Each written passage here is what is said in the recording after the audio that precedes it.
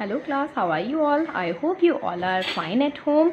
Class, today is your English period. Everyone take out your book Buzzword. As you all know, हमने chapter number अपना lesson number 3 start किया था, that is Hasina's kite.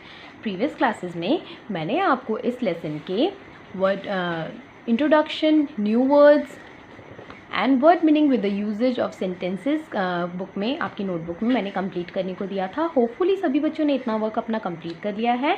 आज हम lesson number 3 हसमीनाज kite के question and answers करेंगे अपनी notebook में. मैं आपको ये एक्सप्लेन कर रही हूँ, सभी बच्चे ध्यान से सुनेंगे और सेम एज अपनी नोटबुक में लर्न करके इसे लिखेंगे. Our first question is, you can go to the roof of our apartment building.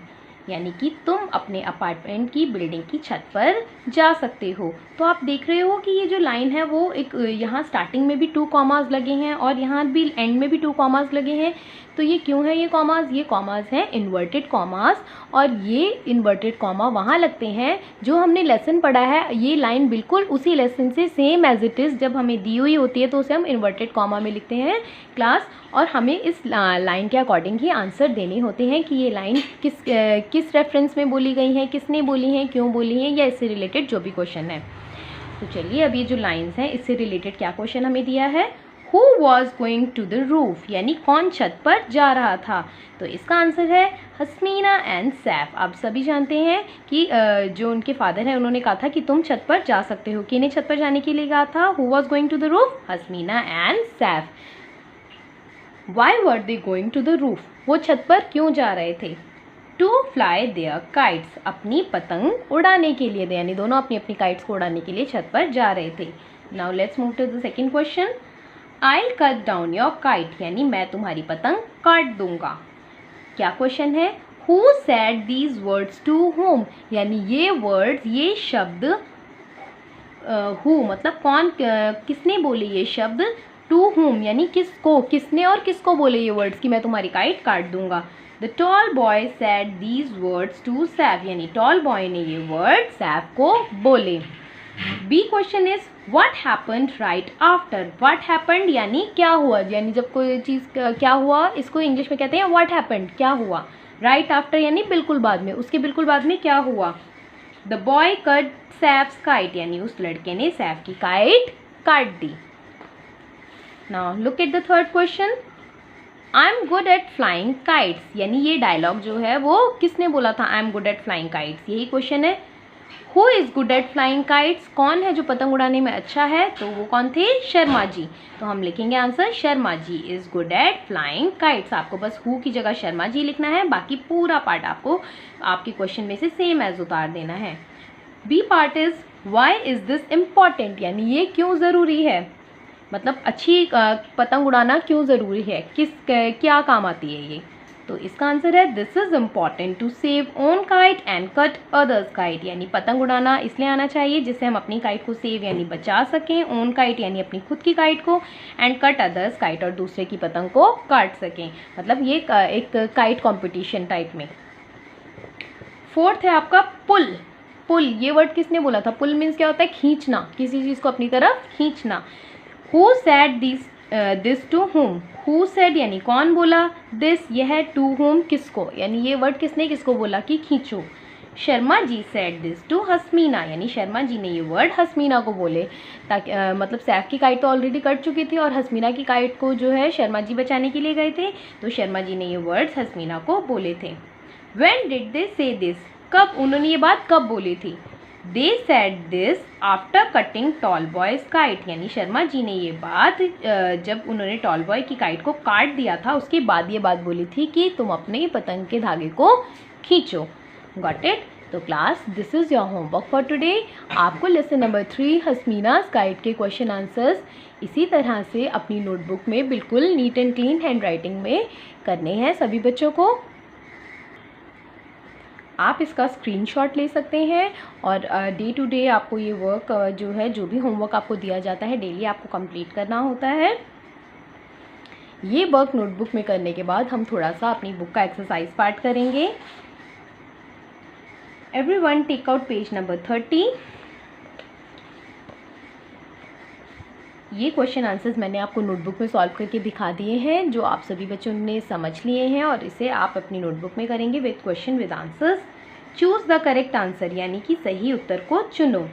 First is Hasmina and Saif went to shop. Hasmina और सैफ शॉप पर गए। क्यों, किसके साथ गए थे शॉप पर वो?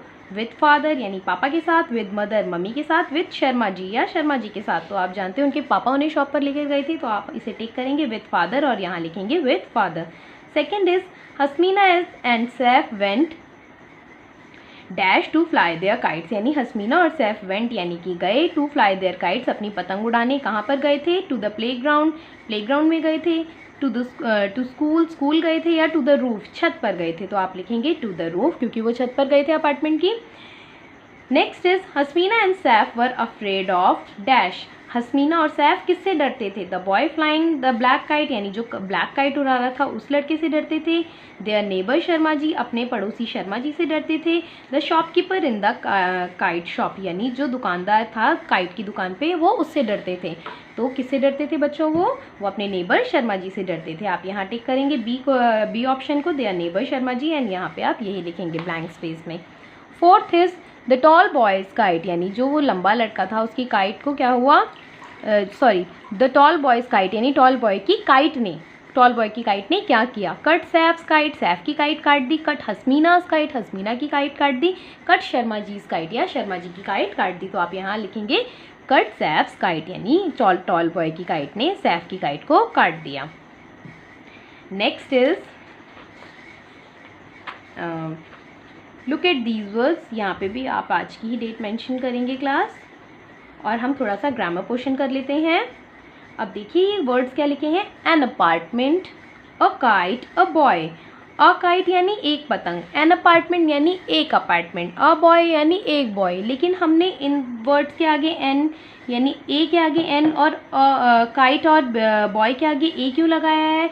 एन का मतलब भी एक होता है और ए का मतलब भी एक होता है, लेकिन हम किन वर्ड्स के आगे एन लगाते हैं? वॉवल्स के आगे। किन के आगे? Vowels.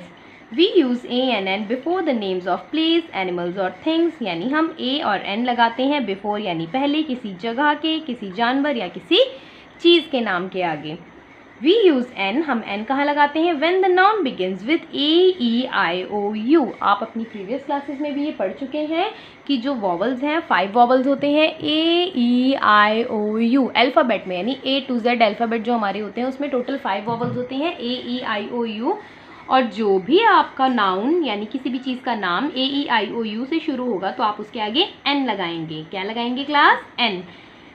We use A when the noun begins with other letters such as B, C, D, F, G, H, so on, यानी कि हम सिर्फ A, E, I, O, U वाले वर्ड्स के आगे N लगाएंगे। एंड A हम कहाँ लगाएंगे? जो किसी अदर लेटर से स्टार्ट होंगे, यानी A to Z में से आप A, E, I, O, U को निकाल दो, बाकी जो आपके कॉन्सोनेंट्स बचते हैं B, C, D, F, G, H, K, L, इन सभी के आगे आप A लगाएंगे। ये A एंड N का कॉन्सेप्ट आपने पहले भी ग्रामर में किया है, तो this is very easy for you. तो देखिए यहाँ पर सर्कल द करेक्ट वर्ड्स। यहाँ पर बी है, तो बी जो है वो सिर्फ ए ई आई ओ यू के आगे एन लगाना है, तो ये जो बी है वो कॉन्सोनेंट है, वॉवल नहीं है, तो यहाँ पे सर्कल है अ बी, राइट। अब आई, आइसक्रीम बनी है ये, तो आइसक्रीम आई से स्टार्ट होता है, आई एक वॉवल है, तो आप ए को सर्कल करेंगे या एन को? हम एन को सर्कल करेंगे, an ice cream. Drum, this is a drum, तो आप यहाँ ए को सर्कल करेंगे, a drum. Fourth is bag, B consonant है तो a bag. Onion, what is this? Onion, तो यहाँ एन अनियन, क्योंकि ओ जो है वो एक वॉवल है। ईगल, एन ईगल, तो आप एन को सर्कल करेंगे बिकॉज ई जो है एक वॉवल है और ई के साथ हम एन लगाते हैं, एन ईगल। तो class this is your homework for today. Do page number 30 and page number 32 in your books. Book work आपको ओनली बुक में ही कंप्लीट करना है क्लास 18 आज की ही डेट में, एंड नोटबुक में आपको ये क्वेश्चन आंसर्स अपनी नोटबुक में करने हैं, अच्छी तरह से बोल के, पढ़ के, समझ के, very neat and clean hand writing में। So this is all for today. We will meet in our next class. Till then, take care of yourself and thanks for watching this video.